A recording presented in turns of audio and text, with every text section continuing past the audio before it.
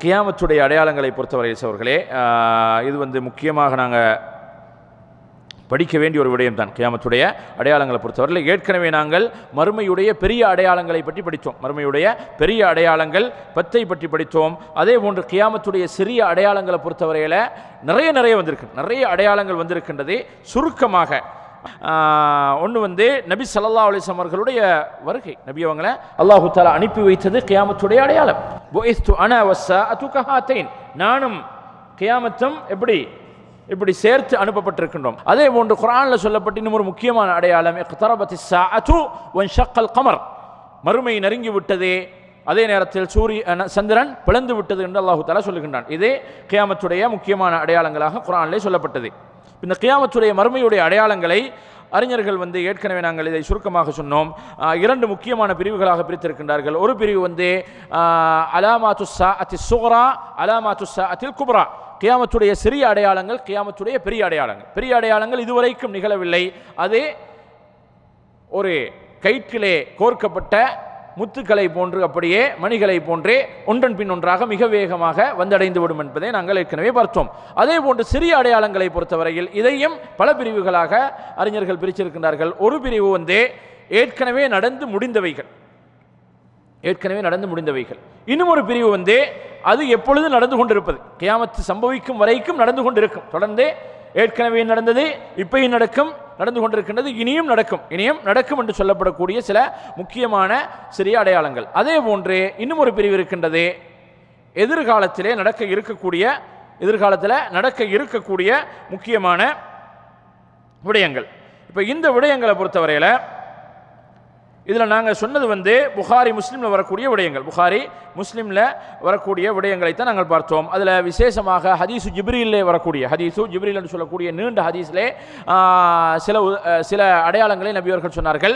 ஜிப்ரீல் அலைஹிஸ்ஸலாம் அவர்கள் நபியிடத்திலே கேள்வி கேட்ட நேரத்தில் இஸ்லாத்தை பற்றி கேட்க, ஈமானை பற்றி கேட்க, அதுக்கு பதில் சொல்லப்பட, இஹ்சான் என்று சொல்லப்படக்கூடிய இஹ்லாஸை பற்றி கேட்க, அதற்கு பின்னால் என்ன கேட்கிறார்கள், மத்தஸ்ஸாஅ, கியாமத் எப்பொழுது என்று கேட்ட நேரத்திலே மல் மஸ்ஊலு அன்ஹா பிஆலம மினஸ் ஸாயில், கேட்கக்கூடிய உங்களுக்கு இருக்கக்கூடிய அறிவுதான் கேட்கப்படக்கூடிய எனக்கும் இந்த விடயத்தில் இருக்கின்றது, இருவருக்கும் இதை பற்றி தெரியாது என்று கேட்ட நேரத்திலே வ அக்பிர்னி அன் அமாராத்திஹா, அதனுடைய அடையாளங்களை சொல்லும் என்று கேட்ட நேரத்திலே நபி அவர்கள் முக்கியமான 2 அடையாளங்களை சொன்னார்கள். அன் தலிதல் அமது ரப்பதஹா, ஒரு அடிமை பெண் தன்னுடைய எஜமாட்டியை பெற்றெடுப்பது. அதுக்கு நிறைய விளக்கம் சொல்லப்பட்டு, பல விளக்கங்களை அறிஞர்களால் சொல்லப்பட்டிருக்கின்றது. அந்தலிதல் அமது ரப்பதஹா என்று சொன்னால் எஜமாட்டிகளை அடிமை பெண்கள் பெற்றெடுப்பது. யுத்தங்கள், இஸ்லாமிய ஆட்சி பெருகி அந்த ஆட்சி அப்படியே வலுவடைந்து காவிர்களோட யுத்தங்களை செய்து அந்த காவிர்களுடைய பெண்களை பணைய கைதிகளாக பிடித்தெடுத்து அவர்களை வழக்கரங்களாக சொந்தமாக்கி கொண்டால் அந்த பெண்கள் அவர்களோட என்ன செய்யலாம், மனைவிமார்களாக அவர்களை பயன்படுத்திக் கொள்ளலாம். குர்ஆன் சொல்லுகின்றது வழக்கரம் சொந்தமாக்கப்பட்ட அடிமை பெண்கள் என்று சொல்லி. இப்போ அவர்களின் மூலமாக பிள்ளைகளை பெற்றெடுத்தால் அந்த பிள்ளைகள் எஜமானர்கள் சுதந்திரவாளர்கள் என்ற காரணத்தினால் தந்தையுடைய பொறுப்பிலே அவர்கள் சுதந்திரமானவர்களாக மாறிவிடுகின்றார்கள். அந்த தந்தையுடைய மறைவுக்கு பின்னால் அந்த தாய்க்கு எஜமாட்டி யாரு, மகள். ஏன், தந்தையுடைய சொத்து தானே அந்த அடிமை பெண்கள் என்பது ஒரு வாங்கி விற்கக்கூடிய சொத்தை போன்று. ஆகவே அந்த அடிப்படையில் அப்போ இது ஒரு நபி ஸல்லல்லாஹு அலைஹி வஸல்லம் அவர்கள் இஸ்லாமிய மார்க்கம் பெருகும், அதே நேரத்தில் இஸ்லாத்துடைய வெற்றிகள் அதிகமாக பல உலக நாடுகளை சென்றடையும் என்பதை முன்கூட்டியே சொல்லியிருக்கின்றார்கள். இந்த அடிப்படையில் ஒரு கருத்தும் சொல்லப்பட்டிருக்கின்றது, இன்னும் பல விளக்கங்களும் சொல்லப்பட்டிருக்கின்றது. அது ஒன்று. அதே போன்று சொன்னார்கள் வஅன் தரல் ஹுஃபாத்தல் உராத்தல் ஆலத ரிஆ அஷ்ஷாஇ யததாவலூன ஃபில் புன்யான், காலில் செருப்பு அணிவதற்கு வசதி இல்லாதவர்கள், ஆடைய சரியாக ஒழுங்காக அணிவதற்கு வசதியற்றவர்கள், ஆட்டு இடையர்கள் எல்லாம் கோபுரங்களை கட்டி பெரிய மாளிகைகளை கட்டி பெருமை அடிப்பார்கள். அதுவும் வேறு ரிவாயத்துகளே வந்திருக்கின்றது. அரேபிய தீபகற்பத்தில் இது நடக்கும், அரபியர்களுக்கு மத்தியில் இந்த போட்டி நடக்கும். உலகத்தில் உள்ள ஆக பெரிய டவர்கள்லாம் எங்கே இருக்குது, இந்த இதில் இருக்கின்றது, அரேபியன் பெனின்சுலாவில் தான் இருக்கின்றது. அரேபிய தீபகற்பத்திலே தான் அந்த போட்டி நடந்து கொண்டிருக்கின்றது. இது கியாமத்துடைய ஒரு அடையாளம் தான். அவர்கள் ஏற்றாலும் மறுத்தாலும் நபி அவர்கள் முன்கூட்டியே சொன்னது. ஆகவே நடந்து கொண்டிருக்கக்கூடிய, இன்னும் நடக்க இருக்கும், இன்னும் இது போன்று இன்னும் பெரிய விடயங்கள், இன்னும் பெரிய கோபுரங்கள்லாம் இங்கே இடத்துக்கு இருக்கும் இன்ஷா அல்லாஹ். ஆகவே இது நபி அவர்கள் சொன்னது. அன்று எதிர்பார்க்கப்பட்டதா? அன்று இந்த பாலைவனத்திலே இப்படியெல்லாம் நடக்கும் என்று யாராவது எதிர்பார்த்தாங்களா? இல்லை. அதே போன்று நபி அவங்க சொன்னாங்க, கியாமத்து நெருங்கக்கூடிய நேரத்திலே பணம் சொத்து அப்படியே வழிந்து வழிந்து வழிந்து அது அப்படியே பெருகி வந்து அதை பெறுவதற்கு யாருமே இல்லாத அளவுக்கு போய்விடும். திஜிலா என்று சொல்லக்கூடிய பல ரிவாயத்துகள், இதெல்லாம் சேர்த்து சொல்லுகின்றேன். திஜிலாவுடைய அந்த நதி, அதனுடைய நீர் வட்டி அங்கிருந்து தங்க பாலங்கள் போன்று அப்படியே வெளிவரும். இப்போ அந்த இடத்துக்கு மக்கள் வருவார்கள், கொலைகாரம் வருவான், ஃபீஹாதா கதல்த், இந்த தங்கத்தை இந்த சொத்துக்காக வேண்டித்தானே நான் அநியாயமாக ஒரு உயிரை பலியெடுத்தேன். திருடியவன் வருவான், இதை அடைவதற்காகத்தானே நான் திருடினேன். குடும்பத்தை முறித்தவன் வருவான், இதுக்காக இந்த சொத்துக்காக வேண்டித்தானே குடும்பத்தை எல்லாம் நான் துறந்து நடந்தேன் என்று சொல்லி கவலைப்படுவான். அந்த அளவுக்கு சொத்து இருக்கும், யாரும் அதை தொட்டு பார்க்க மாட்டாங்க, யாரும் அதை தொட்டு பார்க்க மாட்டாங்க. இன்னும் சில அறிவிப்புகளிலே வந்திருக்கின்றது, இதான் புகாரி முஸ்லிம் வரக்கூடிய செய்திகள். இன்னும் சில அறிவிப்புகளிலே வந்திருக்கின்றது, அந்த இடங்களுக்கு சில மக்கள் வந்து அப்படி அவங்க அந்த சொத்தை யாரும் எடுக்க விடக்கூடாது என்பதற்காக பாதுகாப்பாங்க. வரக்கூடிய மக்களோட யுத்தம் செய்து ஒவ்வொரு 100லையும் 99 பேர்கள் கொலை செய்யப்படுவாங்க. இப்படி நிறைய சிறிய அடையாளங்கள் சொல்லப்பட்டிருக்கு. லா தகூமு ஸாஅத்து ஹத்தா தஊதல் ஜஸீரத்துல் அரபி முரூஜன் ஹதரா, கியாமத் இதுவரைக்கும் சம்பவிக்க மாட்டது.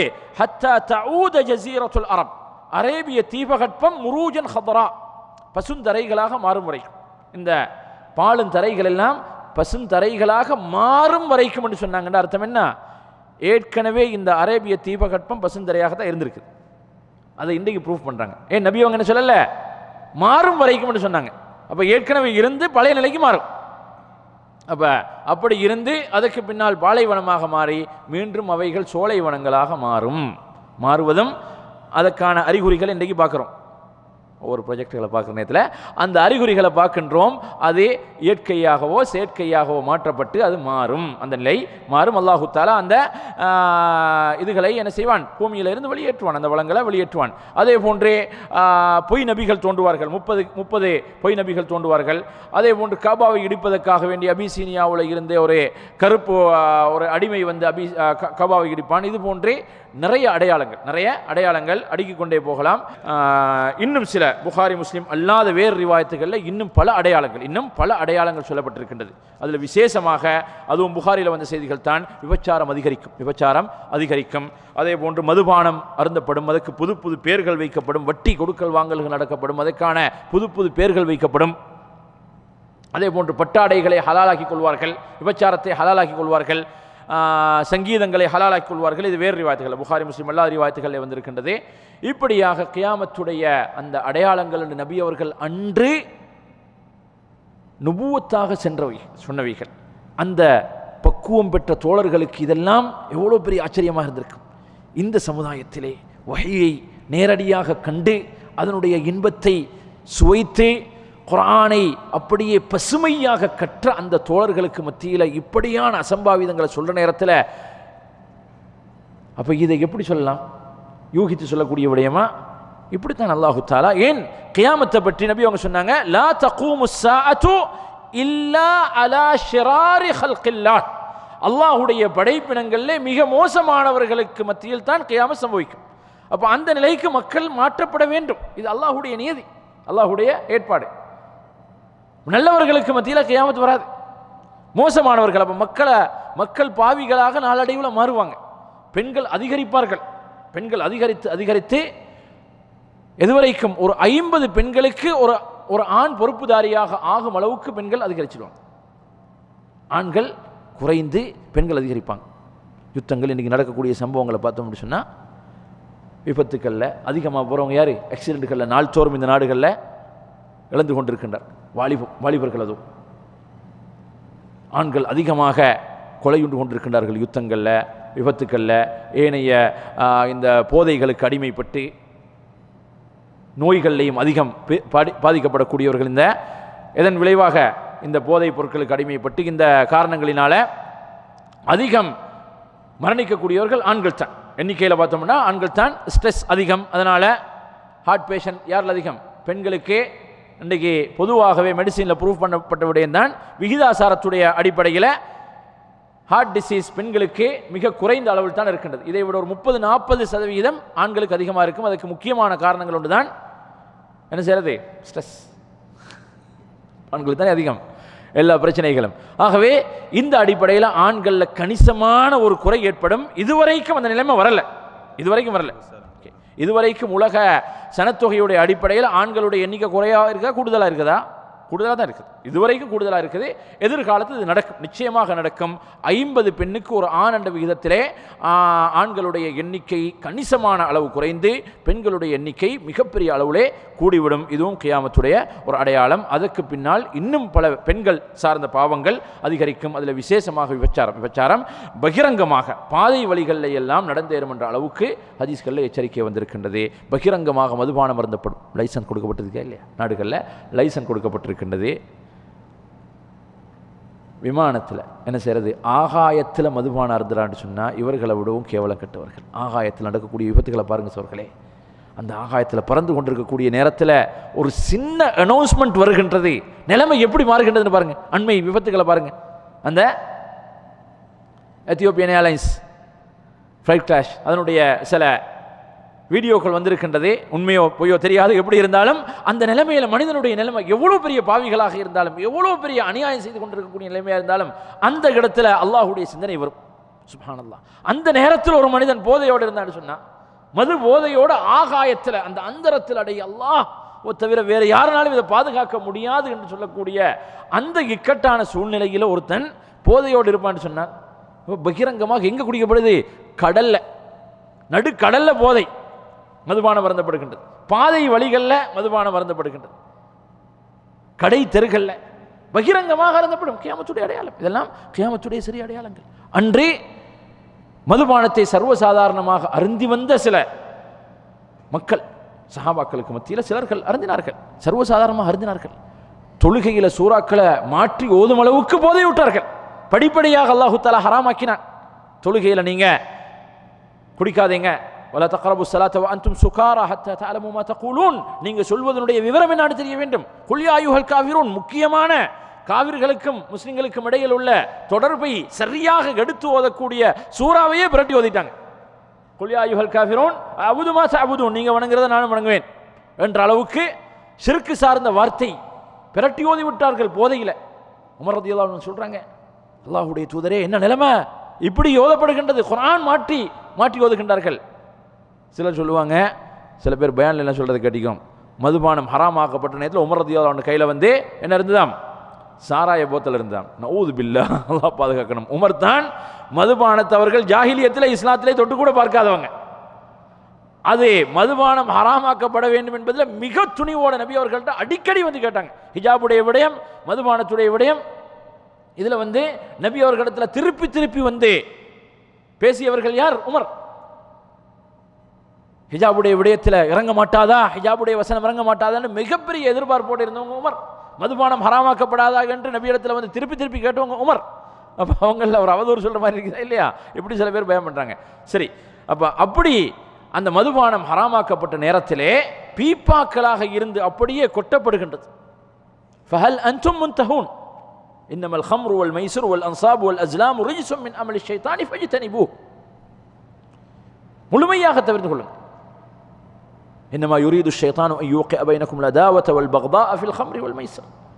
இந்த மதுபானத்திலேயும் சூதாட்டத்தில் என்ன இருக்கின்றது? உங்களுக்கு மத்தியில் புலவும் பிரச்சனையும் எதிர்ப்பும் சண்டை சச்சரவுகள் தான் அதிகமாகும்.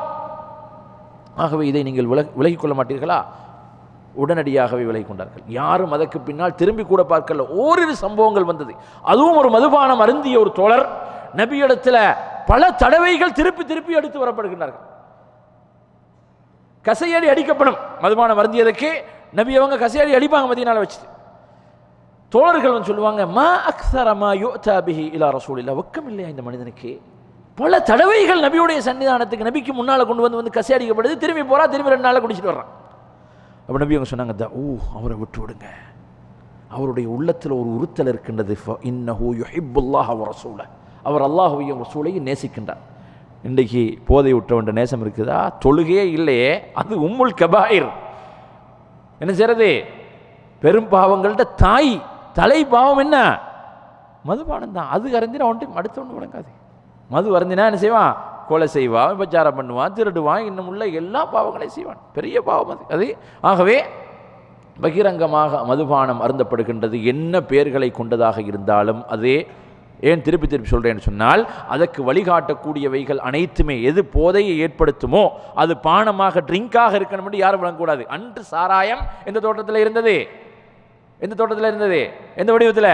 அது ட்ரிங்காக ஒரு பானமாக இருந்தது, பானமாக வைத்து பருகினாங்க. இன்றைக்கு அது இன்ஜெக்ஷனாக இருக்குது, இன்ஜெக்ஷனாக டேப்லெட்டாக என்ன செய்யறது? இன்ஹேல் நுகர்வது, இதுவும் போதை தான். இது என்ன செய்யறது? போதை என்ற அடிப்படையில் எந்த தோட்டத்தில் எந்த ஃபார்ம்ல அது வந்தாலும் அது ஹராம், இதில் சந்தேகம் இல்லை. ஆகவே நபி அவங்க வேறு ஹதீஸ்களை விளக்கி இருக்கிறாங்க. இதுக்கு புது புது பெயர்கள் வைத்து அதை ஹலாலாக்க முயற்சி பண்ணுவார்கள். வட்டிக்கு எப்படி புதிய பெயர்கள் வைத்து ஹலாலாக்க முயற்சி பண்ணுகின்றார்களோ அதே போன்று மதுபானத்துக்கு புது புது பெயர்கள் சூட்டப்பட்டு அதை ஹலாலாக்க முயற்சி பண்ணுவாங்க. யஸ்தஹில்லூனல் ஹிர வல் ஹரீர் வல் மஆசிஃப், விபச்சாரத்துக்கு பேர் வைப்பாங்க, விபச்சாரத்தை ஹலாலாக்குவார்கள். அதே போன்றே எதை? பட்டாடையை ஹலாலாக்குவார்கள். மியூசிக்கு என்ன செய்வாங்க? அது இல்லாமல் சில பேருக்கு சாப்பிட்றதுக்கு அது ஒரு கண்டிஷன் நினச்சிருக்கிறாங்க. வாகனம் ஓட்டுறதுக்கு ஏன்னா நம்ம நாடுகளில் அதிகமாக இந்த சங்கீதம் ஓட்டப்படக்கூடிய இடங்கள் ரெண்டு. இன்றைக்கு இந்த காலையில் நான் சொன்னேன், அதிகமாக ஒன்று வந்து வாகனத்தில், அடுத்த ரெஸ்டாரண்ட்டில். இந்த ரெண்டு ஏதோ அது இல்லாட்டி வாகனம் ஓடாது போன்றும் அதை கேட்காட்டி அந்த சாப்பாடு செம்மிக்காது போன்றும் மக்கள் வழங்கி வச்சுருக்காங்க. சில பேருக்கு அது நோய். அப்படி ரெஸ்டாரண்ட்டுகளில் போய் சாப்பிட்டவங்க வீட்லேயே அதை போட்டு தான் சாப்பிடணும். உங்களுக்கு அந்த ரெஸ்டாரண்ட் பழக்கம் உள்ளவங்க அங்கே போய் போய் போய் இப்படியான சங்கீதத்தை கேட்டு பழகிட்டோன்னு சொன்னால், அது காதுக்கு அது பழசிப்பட்டு விட்டதுன்னு சொன்னால் அது மிகப்பெரிய நோயாகிவிடும். சோர்களே, அல்லாஹ் பாதுகாக்க வேண்டும். ஆகவே இந்த அசிங்கங்களுடன் நாங்கள் அல்லாஹ்வை சந்திப்பதற்கு யாருமே நினைத்து விடக்கூடாது. ஆகவே அவைகளில் ஈடுபடக்கூடியவர்களாக இருந்தால் உடனடியாக, அதுவும் இன்றைக்கு தவிர்க்க முடியாது, சிலர்கள் இதில் பொடுபோக்காக இருக்கிறாங்க. இந்த விஷயத்தில் இந்த சோஷியல் மீடியாவில் சில கிளிப்புகள் வருகின்றது, அது சங்கீதம். என்ன, எந்த பெரும்பாலான கிளிப்புகள், வீடியோ கிளிப்புகள் வந்து அதில் பேக்ரவுண்டில் ஒரு சங்கீதம் இருக்கத்தான் செய்யுது. மியூசிக் இல்லாதவைகள் மிக அரிதாக இருக்கின்றது. அப்போ இதை ஃபார்வர்ட் பண்ணுற நேரத்தில் நாங்கள் மிக மிக கவனமாக இருக்க வேண்டும். இந்த விடயத்தில் மிக மிக கவனமாக இருக்க வேண்டும். அது ஒரு ஜோக்காக இருக்கும், அது ஒரு சில நேரங்கள் ஒரு நல்ல விடயமாக இருக்கும், நல்ல மெசேஜ், ஒரு சுகாதார சார்ந்த விடயமாக இருக்கும், ஒரு முக்கியமான ஒரு தகவலாக இருக்கும். ஆனால் மியூசிக் இருக்கின்றது. மியூசிக் இருந்தால் இதை ஃபார்வர்ட் பண்ணக்கூடாது, மற்றவர்களையும் பாவிகளாக ஆக்கக்கூடாது, கண்ணு மூடி நாங்கள் ஓட் பண்ணக்கூடாது, கவனமாக இருக்கணும் சோர்களே. ஆகவே இந்த விடயங்களை நாங்கள் தவிர்த்து கொள்ளும், இந்த விடயங்களை தவிர்த்து கொள்ள வேண்டும். இவைகள் எல்லாம் கியாமத்துடைய சிறிய அடையாளங்களாக சொல்லப்பட்டவைகள். இன்னும் நடக்க இருக்கக்கூடிய அடையாளங்களும் இருக்கின்றது, ஏற்கனவே சொன்னதை போன்று.